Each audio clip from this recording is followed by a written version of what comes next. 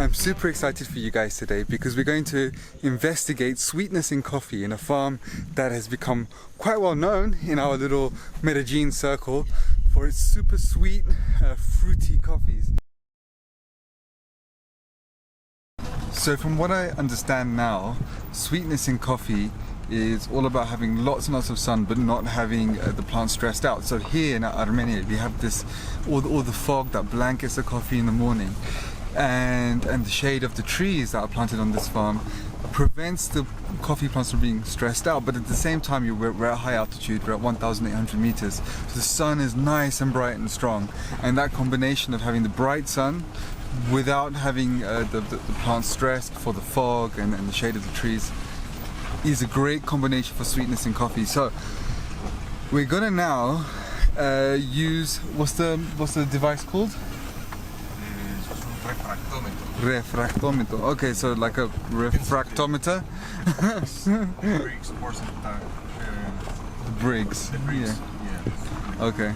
So we're gonna look at the Briggs inside the coffee and actually try and see if there's much of a difference between plants, between altitude. It's gonna be really interesting. Hola, vaca. Oh, they're curious and so pretty. Look at the baby ones.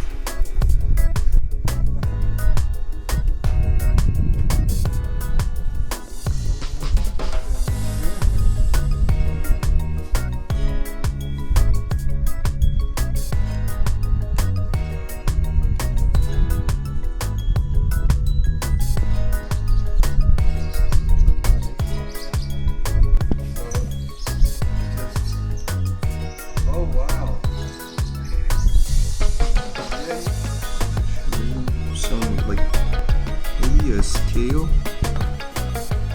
So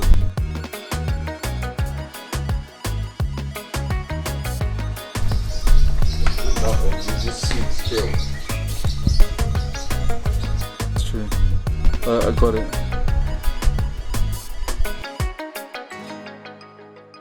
That's all. Flip that. And oh yeah. Just jumped up. Like 17? Mm-hmm. Good. 17. And you say some of yours get to 30? Almost, yeah. It's almost double the sweetness. What does this taste like? Well, it's pretty sweet already. Really? 30 is like what? Like candy? Yeah. And what difference does the sweetness make to like the final flavor of the coffee? Does it make it sweeter or does it do other things? It works better with the fermentation. Okay, and you get more flavor from the coffee.